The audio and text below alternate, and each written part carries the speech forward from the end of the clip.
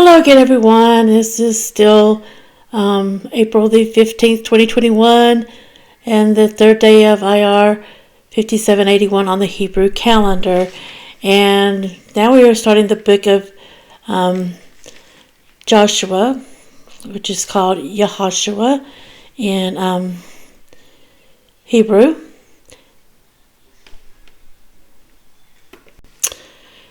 And Yehoshua is spelled YHVSHAY.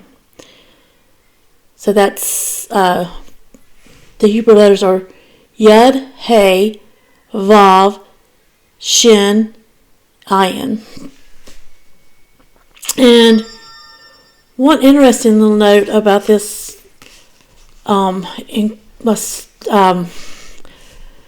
study Bible is I've heard a lot of people saying that the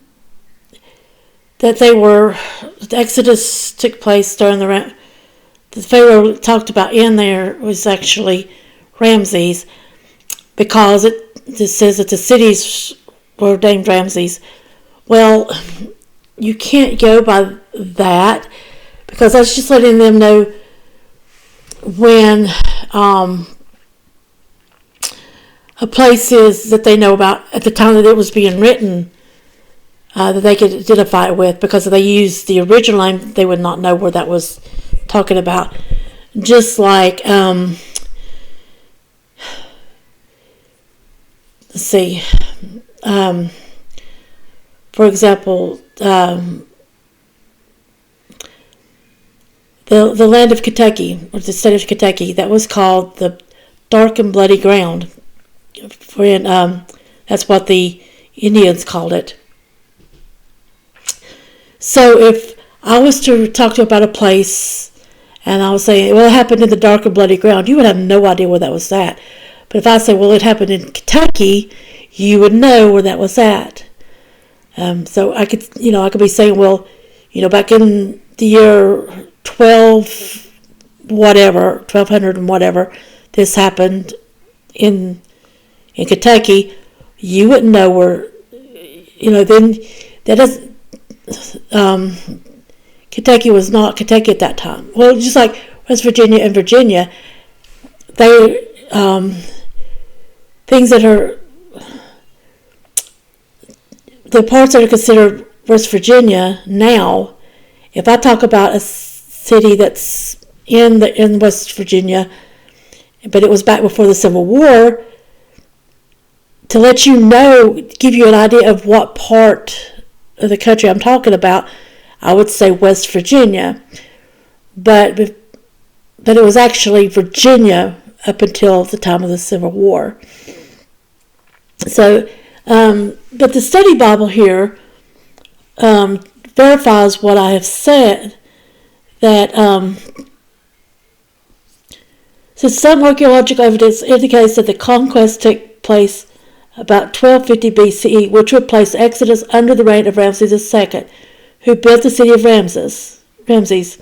This timetable, however, does not allow enough time between the conquest of the land in 1250 BCE and the rule of Solomon in 971 BC to include the conquest, the rule of the judges, and the reigns of Saul and David. The traditional view is that the Exodus took place in 1446 BC during the reign of Amenhotep II, and that the conquest began in 1406 BC and lasted 7 years. This timetable is in harmony with 1 Kings 6:1, which states that Israel left Egypt 480 years before the 4th year of Solomon's reign, 966 BC, and with Judges 11:26, where Jephthah states that 300 years had transpired between the conquest and his day.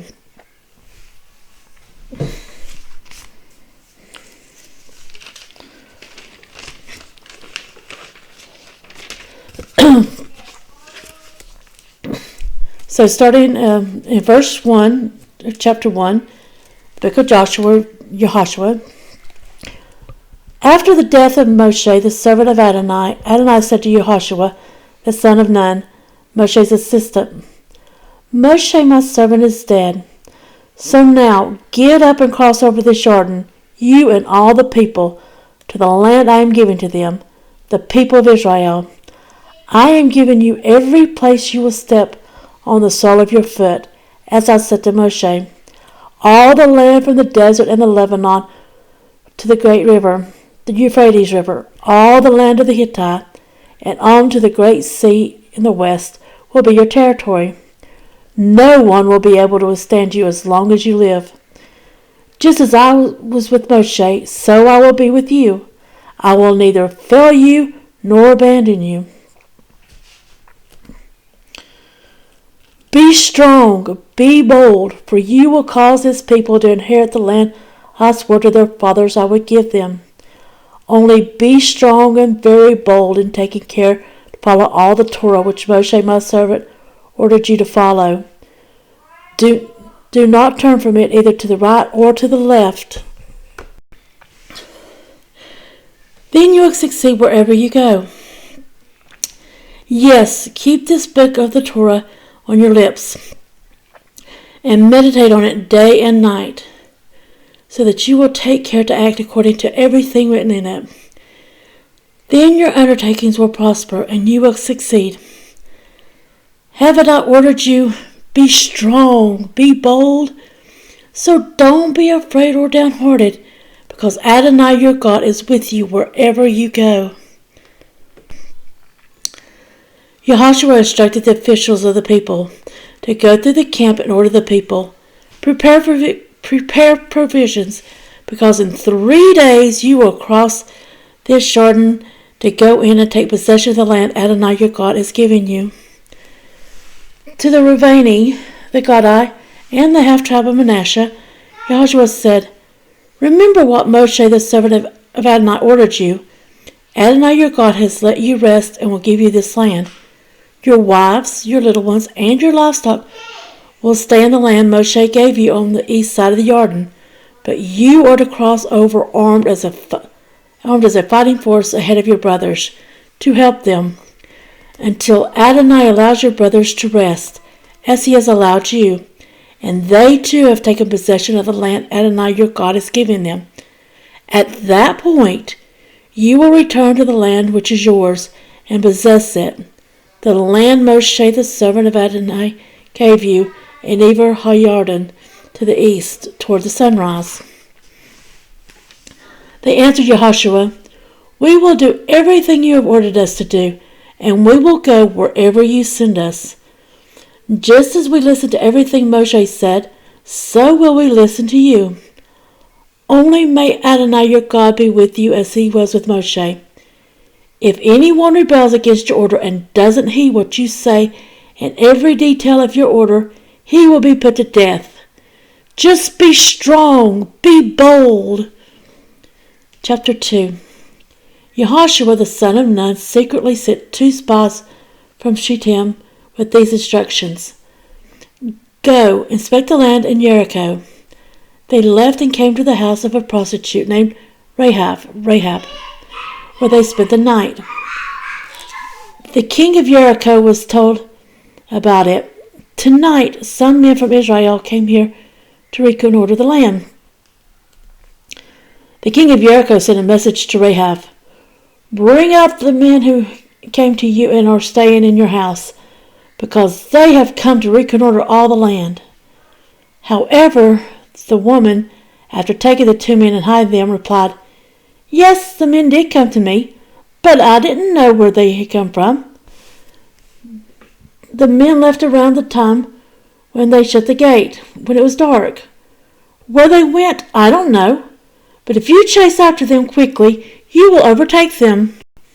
Actually, she had brought them up to the roof and hidden them under some stalks of flax she had spread out there. The men pursued them all the way to the fords of the Jordan. As soon as this pursuit party had left, the gate was shut.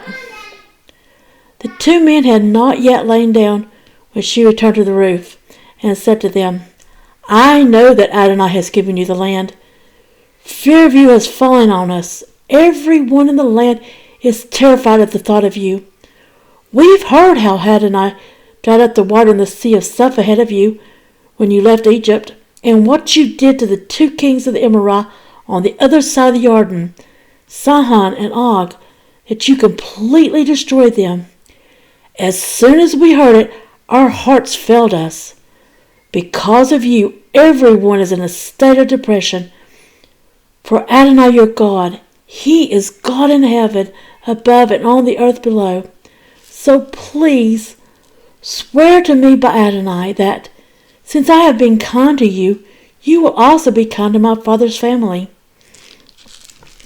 Give me some evidence of your good faith, that you will spare the lives of my father, mother, brothers, and sisters, and all who are theirs, so that we won't be killed. The men replied to her, Our lives are certainly worth yours, provided you don't betray our mission. So when Adonai gives us the land, we will treat you kindly and in good faith.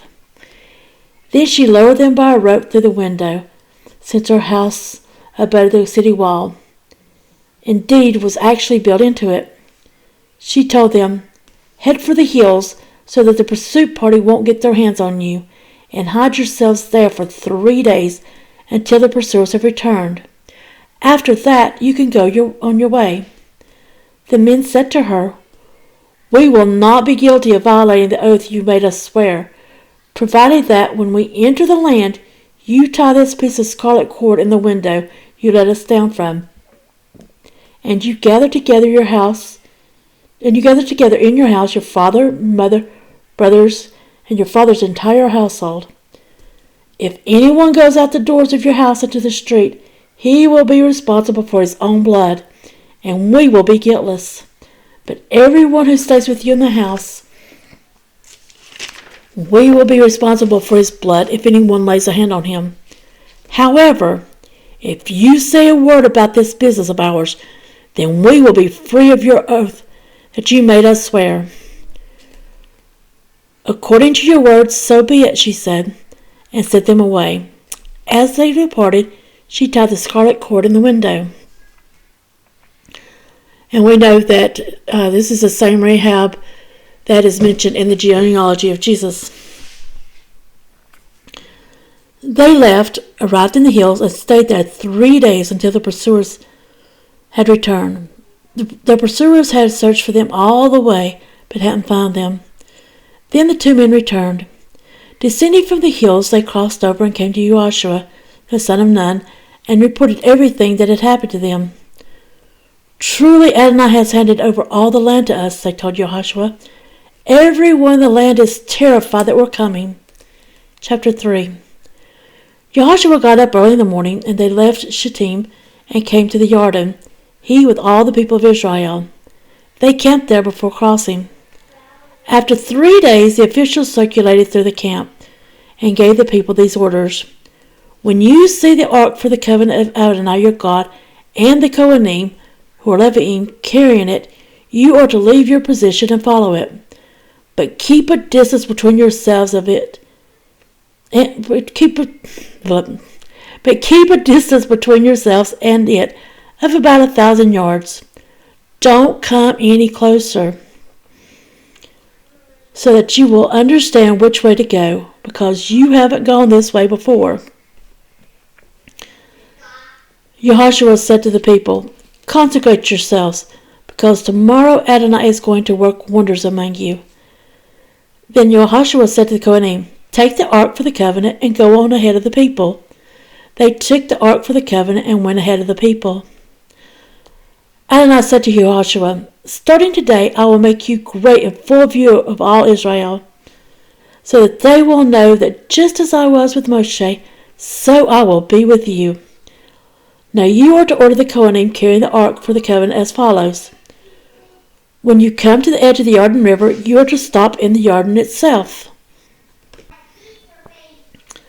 Joshua said to the people of Israel, Come here and listen to the words of Adonai your God. Then Joshua said, Here is how you will know that the living God is here with you, and that, without fail, he will drive out from before you the Canaani, the Hittite, the Hivite, the Perizzi, the Girgashite, the Amorite, and the Yebusi. The ark for the covenant of the Lord of all the earth is going on ahead of you cross the Jordan. Now choose yourselves 12 men out of the tribes of Israel, 1 man for each tribe. As soon as the Kohanim carrying the ark of Adonai, the Lord of all the earth, put the soles of their feet in the water of the Jordan, the water of the Jordan will be cut off upstream and stand piled up like an embankment. So the people left their tents to cross the Jordan, with the Kohanim carrying the ark for the covenant at head of the people. When those carrying the ark had come to the Jordan, and the Kohanim carrying the ark had waded into the water, for throughout harvest season the Jordan overflows its banks, the water upstream stood piled up like an embankment for a great distance at Adam, the city next to Zartan, so that the water flowing downstream toward the Sea of the Arava, the Dead Sea, was completely cut off, and the people crossed over by Jericho. So if this was during harvest season, then this must have been about the same time of the year, about in the month of Nisan or Iyar. So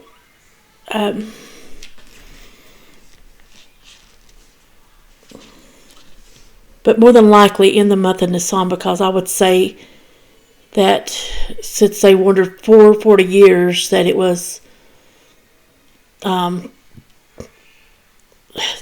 40 years from the time of them leaving, from the month that they left in, which they left in the month of Nisan, till 40 years in the month of Nisan again. I don't know for a fact. Maybe I'll find that out later on in Bible, but that's just my thinking right now. But it's still got to be around this same time of the year. Verse 17. The Kohanim carrying the ark for the covenant of Adonai stood fast on dry ground in the middle of the Jordan, while all Israel crossed on dry ground, until the entire nation had finished crossing the Jordan. Chapter 4. After the whole nation had finished crossing the Jordan, Adonai said to Yehoshua, "Take for yourselves from the people 12 men, a man from every tribe, and give them this order. Take 12 stones from the middle of the Jordan riverbed where the Kohanim are standing. Carry them over with you and set them down in the place where you will camp tonight." Yehoshua called the 12 men whom he had chosen from the people of Israel, a man from every tribe, and said to them, "Go on ahead of the ark of Adonai your God into the riverbed of the Jordan. Then each of you take a stone on his shoulder, corresponding to the number of the tribes of the people of Israel. This will be a sign for you. In the future, when your children ask, 'What do you mean by these stones?' you will answer them, 'It's because the water in the Jordan was cut off before the ark for the covenant of Adonai. When it crossed the Jordan, the water in the Jordan was cut off, and these stones are to be a reminder for the people of Israel forever." The people of Israel did just as Yehoshua had ordered. They took 12 stones out of the Jordan riverbed, as Adonai had said to Yehoshua, corresponding to the number of the tribes of the people of Israel, carried them over with them to the place where they were camping, and set them down there. Yehoshua also set up 12 stones in the Jordan River itself, in the place where the feet of the Kohanim carrying the ark for the covenant had stood. They are there to this day. The Kohanim carrying the ark stood in the Jordan riverbed until Yehoshua had finished saying to the people everything that Adonai had ordered him to say, in keeping with everything that Moshe had ordered Yehoshua. Then the people hurried across. When all the people had finished crossing, the ark of Adonai passed on, and the Kohanim ahead of the people. The descendants of Reuben, the descendants of Gad, and the half-tribe of Manasseh went on, armed ahead of the people of Israel, as Moshe had said to them. Some 40,000 armed soldiers ready for battle crossed in the presence of Adonai through the plains of Jericho.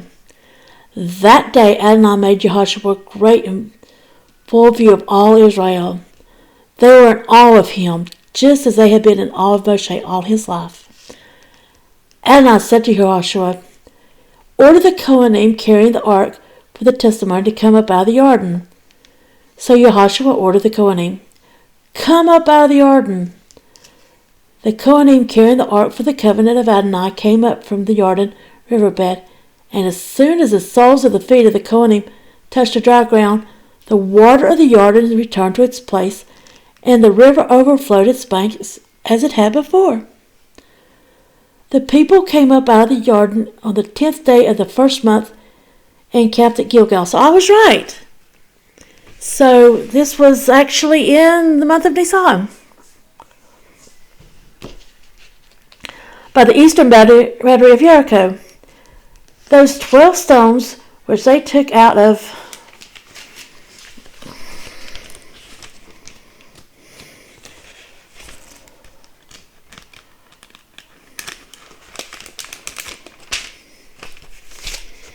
the Jordan, Joshua piled up in Gilgal. So if they went over in the month of, it was on the 10th day of Nisan, and they have mourned Moshe for 30 days, then that means that the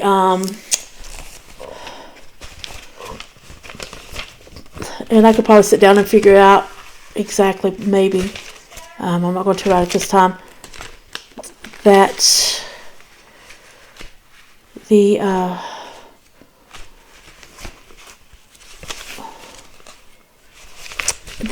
Moses died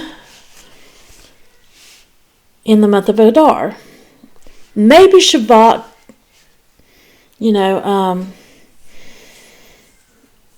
maybe towards like the end of Shabbat, beginning of Adar, somewhere right along in there, since they mourned for him for 30 days and then did this. So I could, I will probably sit down later on and figure that up exactly. So that means that he was born in the month of Shabbat or Adar, because it said that was the day he turned 120 years old. So, okay.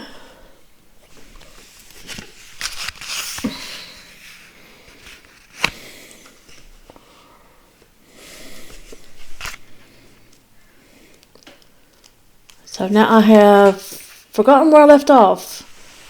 So I'm going to go back to verse 20. Those 12 stones which they took out of the Jordan, Joshua piled up at Gilgal. Then he said to the people of Israel, in the future, when your children ask their fathers what these stones mean, you are to explain to them by saying, Israel came over the Jordan on dry land. For Adonai your God dried up the water in the Jordan from in front of you, until you had crossed, just as Adonai your God did to the sea of Suph, which he dried up from in front of us, until we had crossed. From this all the peoples of the earth can know that the hand of Adonai is strong, and you can fear Adonai your God forever. Chapter 5. When all the kings of the Amorite on the west side of the Jordan, and all the kings of the Canaanite near the sea, heard how Adonai had dried up the Jordan River ahead of the people of Israel until they had crossed it, their hearts failed them, and they fell into depression because of the people of Israel. It was at that time that Adonai said to Joshua, make yourself knives of flint and circumcise the people of Israel again a second time. So Joshua made himself knives of flint and circumcised the people of Israel at Gavat Aralat, the hill of foreskins. The reason Joshua was circumcised was that all the people who had left Egypt, who were males, all the fighting men, had died in the desert along the way after leaving Egypt. For although all the people who left Egypt had been circumcised, all those who had been born in the desert on the way as they went on from Egypt had not been circumcised, because the people of Israel walked 40 years in the desert until the whole nation, that is, the fighting men who had left Egypt, had died out, because they had not heeded what Adonai had said. Adonai had sworn that he would not allow them to see the land which Adonai swore to their ancestors that he would give us, a land flowing with milk and honey. So he raised up their children to take their place, and it was these whom Yahushua circumcised. Till then they had been uncircumcised, because they had not been circumcised while traveling. So my thinking is, which I don't know this for a fact, I might find out later on in here that this is the truth, and then again, I may never not know. As of right now, this is biology. That whenever they become circumcised, and this part is a fact, when they become circumcised, it's going to be sore and unable to fight. They'll be easy prey for anyone and any beast. So my theory is that God did not want them circumcised while they were. He did not want them to undergo circumcision while they were traveling, so that way they would always be ready for any battles that might happen to come upon them. And more than likely, Satan would send out people to attack them, knowing that they were vulnerable. But like I said, I could be wrong, but that's about theology.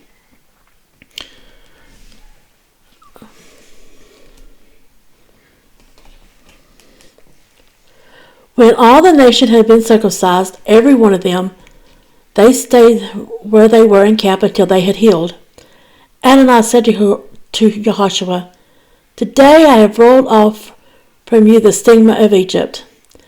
This is why the place has been called Gilgal, rolling, ever since. The people of Israel camped at Gilgal, and they observed Pesach on the 14th day of the month, there on the plains of Jericho. So here's another instance, because it's talking about Gilgal earlier, but at the time that it's talking about Gilgal, Gilgal was not actually, that was not the name of the place. It doesn't become the name Gilgal until they're circumcised there. The day after Pesach, they ate what the land produced, matzah and roasted ears of grain that day. The following day, after they had eaten food produced in the land, the manna ended. From then on, the people of Israel no longer had manna. Instead, that year, they ate the produce of the land of Canaan. One day, when Yahushua was there by Jericho, he raised his eyes and looked, and in front of him stood a man with his drawn sword in his hand. Yahushua went over to him and asked him, "Are you on our side or on the side of our enemies?" "No," he replied, "but I am the commander of Adonai's army. I have come just now." Yahushua fell down with his face to the ground and worshipped him, then asked, "What does my Lord have to say to his servant?" The commander of Adonai's army answered Yahushua, "Take your sandals off your feet, because the place where you are standing is holy." And Yahushua did so. So, in Hebrew, and I'm looking at my Hebrew English Bible on my tablet. So, in verse 13, the word for man here is the word ish. That's Aleph, Yod, Shin, which is the word for man. And on down to verse 14, so I was trying to find out what word is used there for captain of the host. I would have to really pull out and look at each individual word. I'm not going to do that right at this moment, but I can't find anything here that would indicate to me what that would be.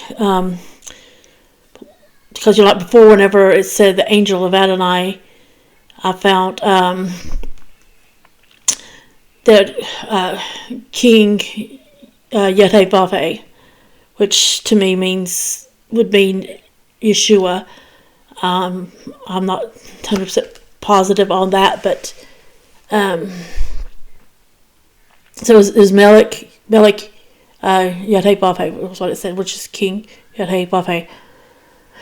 So this, from the way I'm understanding it so far, this commander is a mighty angel, and Michael is the.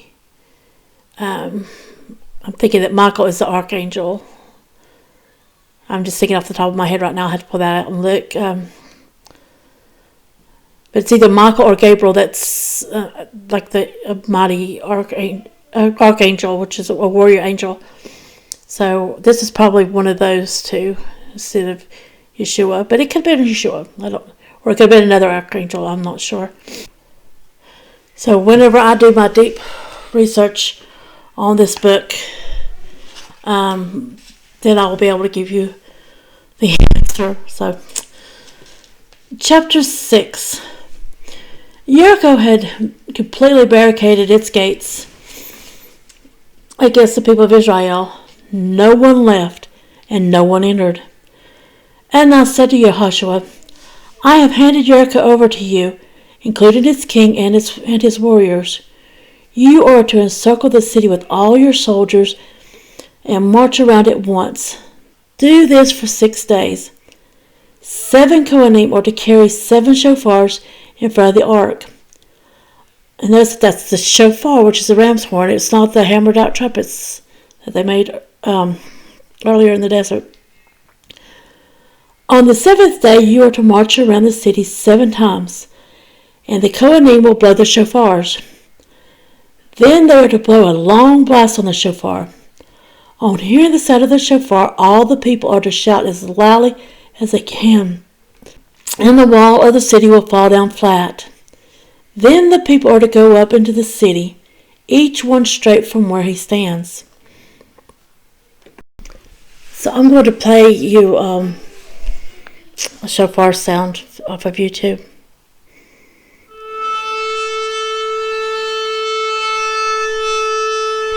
So that's what they were talking about, that they were going to be hearing.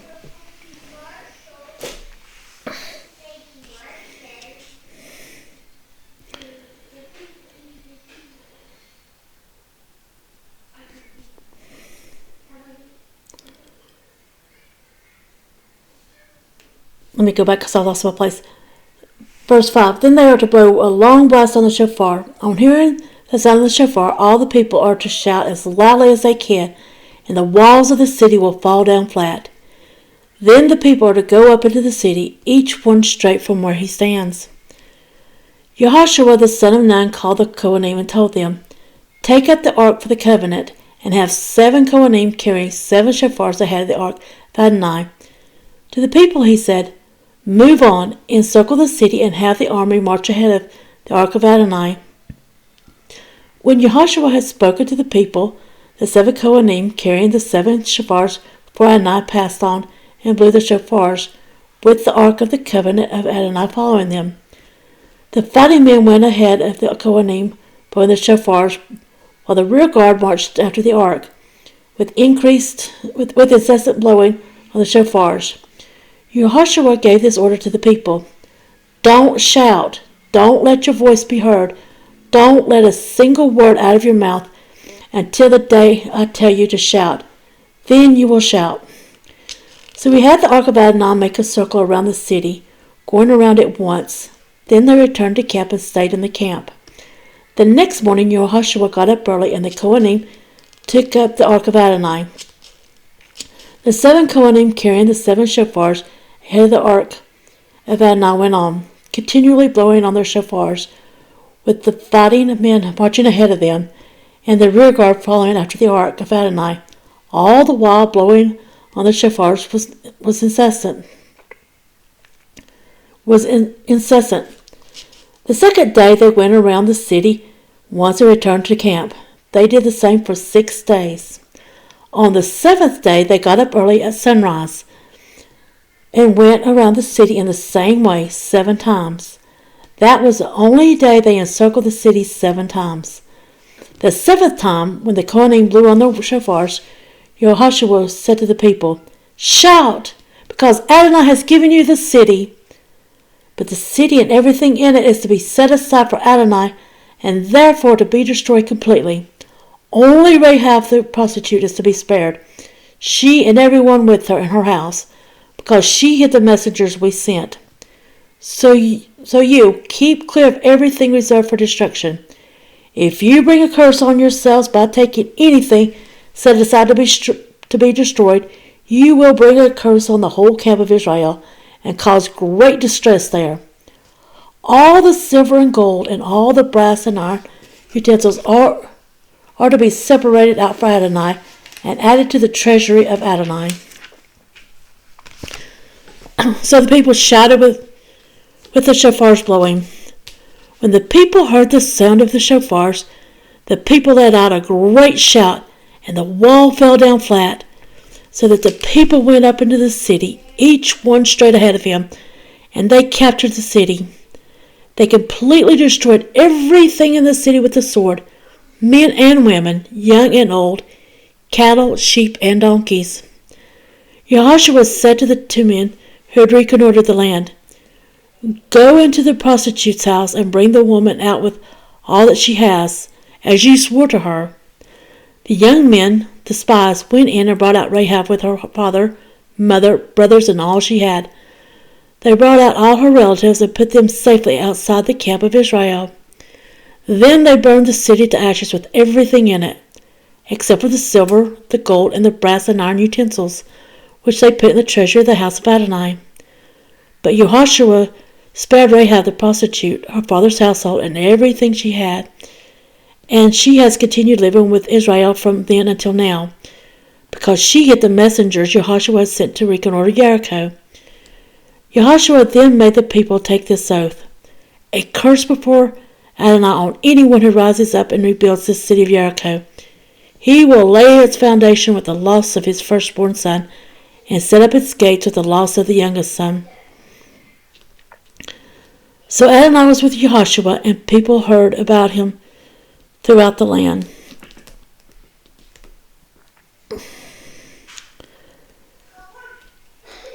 Chapter 7. But the people of Israel misappropriated some of the goods set aside to be destroyed. For Achan, the son of Carmi, the son of Savdi, the son of Sirach, of the tribe of Yehudah, took some of the things reserved for destruction. In consequence, the anger of Adonai blazed up against the people of Israel. Jehoshua sent men from Jericho to Ai, which is next to Beit Aven, east of Bet-El, telling them to go up and spy out the land. So the men went up, reconnoitered Ai, returned to Jehoshua, and told him, "Don't have all the people go up, but let perhaps 2,000 or 3,000 men go up and attack Ai. There's no point in making all the people exert themselves to get there, because there are only a few of them." So from the people about 3,000 men went up there, but they were routed by the men of Ai. The men of Ai killed some 36 of them and chased them from before their gate all the way to Shevarim, attacking them on the descent. The hearts of the people melted and turned to water. Jehoshua tore his clothes and fell to his face on the ground before the ark of Adonai until evening, he and the leaders of Israel, and they put dust on their heads. Jehoshua said, "O Adonai Elohim, why did you take the trouble to bring the people across the Jordan if you meant to hand us over to the Emorah and have us perish? We should have been satisfied to live on the other side of the Jordan. O Adonai, what can I say after Israel has turned their backs and retreated before their enemies?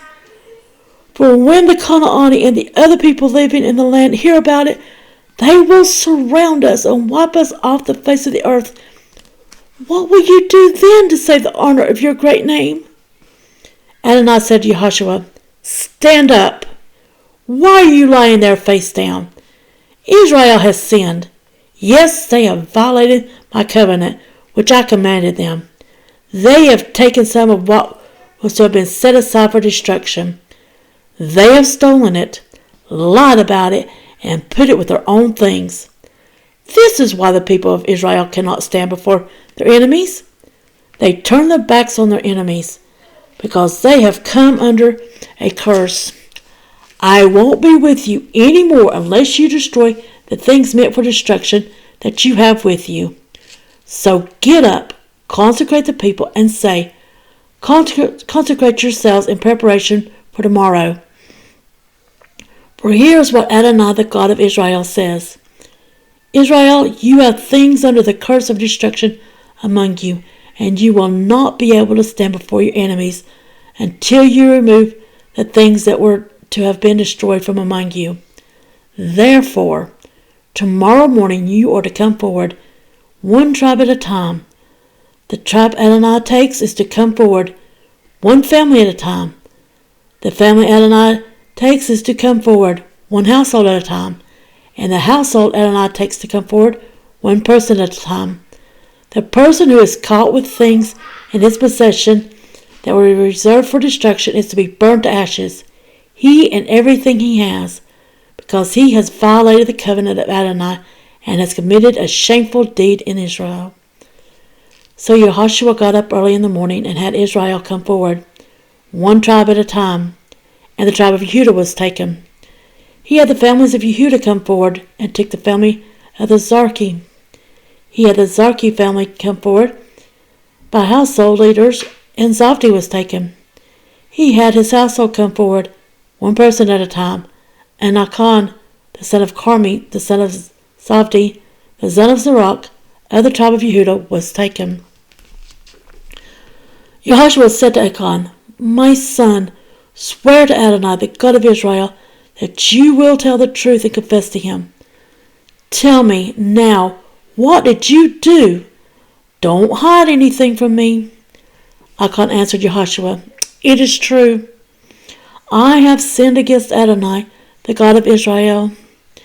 Here is exactly what I did. When I saw there with the spoil a beautiful robe from Shinar, 5 pounds of silver shekels, and a 1¼ pound wedge of gold, I really wanted them, so I took them.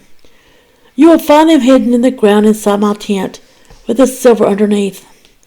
Yehoshua sent messengers who ran to the tent. It was all there, hidden in his tent, including the silver underneath. They took the things from inside the tent, brought them to Yehoshua and all the people of Israel, and put them down before Adonai. Yehoshua, together with all Israel, took Achan, the son of Zerach, with the silver, the robe, the gold wedge, his sons, his daughters, his cattle, his donkeys, his sheep, his tent, and everything he had, and brought them up to the Achor valley. Yehoshua said, Why have you brought trouble on us? Today Adonai will bring trouble on you. Then all Israel stoned him to death. They burned him to ashes and stoned them. Over him they piled a great mound of stones, which is there to this day. Finally Adonai turned away from his fierce anger, and this is why that place is called the Valley of Achor, trouble to this day. Chapter 8. Adonai said to Yehoshua, Don't be afraid or fall into despair. Take all the people who could fight with you, set out and go up to Ai, because now I have handed over to you the king of Ai, his people, his city, and his land. Do to Ai and its king as you did to Jericho and its king, but this time take its spoil and cattle as booty for yourselves. Ambush the city from behind. So Yehoshua set out for Ai with all the people who could fight. Yehoshua chose 30,000 men, the most courageous of his troops, and sent them out by night. He instructed them, You are to lie in wait to ambush the city from behind. Stay close to the city, and all of you be ready. I and all the troops with me will approach the city, and when they come out to attack us, as they did before, we will run away from them. They will chase after us until we have drawn them away from the city, because they will say, They're running away from us as they did before. So we'll run away from them. Then you will jump up from your ambush position and take possession of the city. for Adonai your God will hand it over to you. When you have captured the city, you are to set it on fire. Do according to what Adonai has said. Those are your orders." Yahushua sent them out, and they went to the place for the ambush, staying between Bet-El and Ai, to the west of Ai, while Yahushua camped that night with the people. Yahushua got up early in the morning, mustered his men, and went up to Ai ahead of the people, he and the leaders of Israel. All the troops marching with him went up, advanced, arrived in front of the city, and camped on the north side of Ai, with a valley between him and Ai. Then he took about 5,000 men and set them in ambush between Bet-El and Ai, in the west of Ai. Thus the people arrayed themselves, with all the army to the north of the city, and the rear guard lying in wait to the west of the city.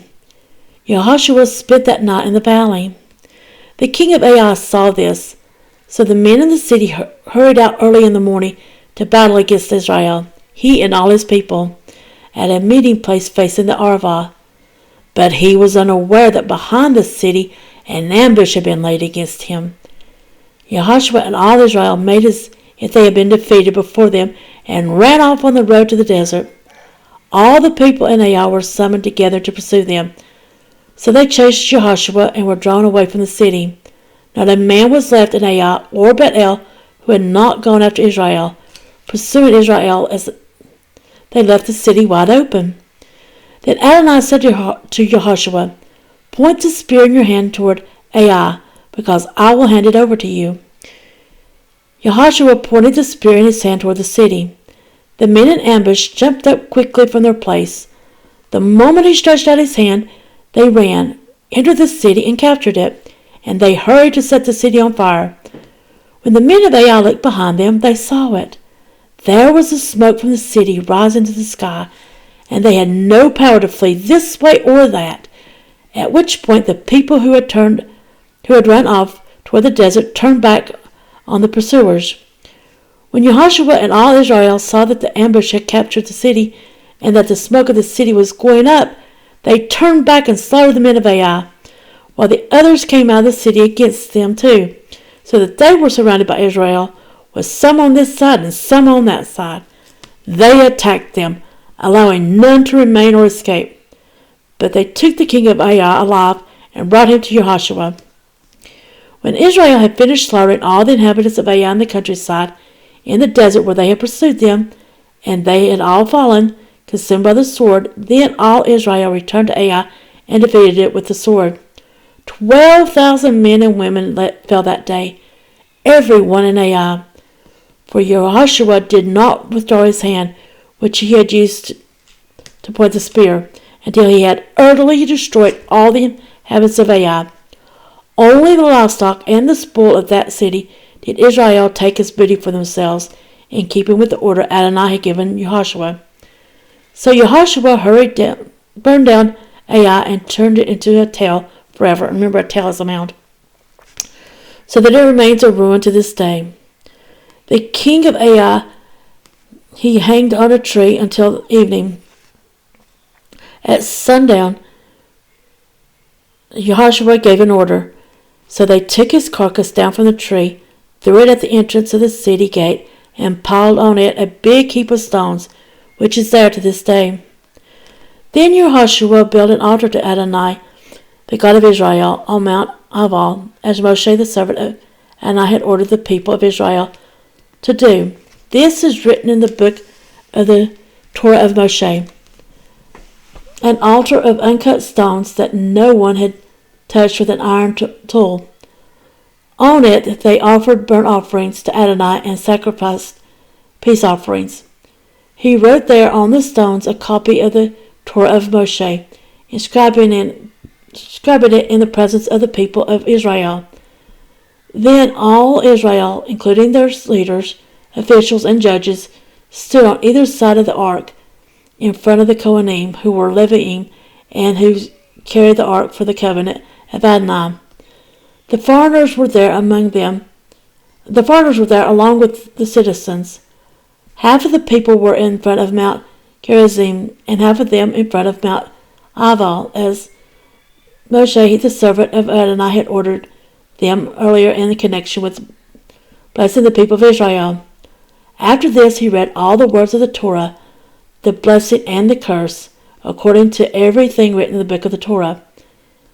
There was not a word of everything Moshe had ordered that Yehoshua did not read before all Israel assembled, including the women, the little ones, and the foreigners along living with them. So that's going to be the end of today's reading. We'll start in the next one, in chapter 9. And I just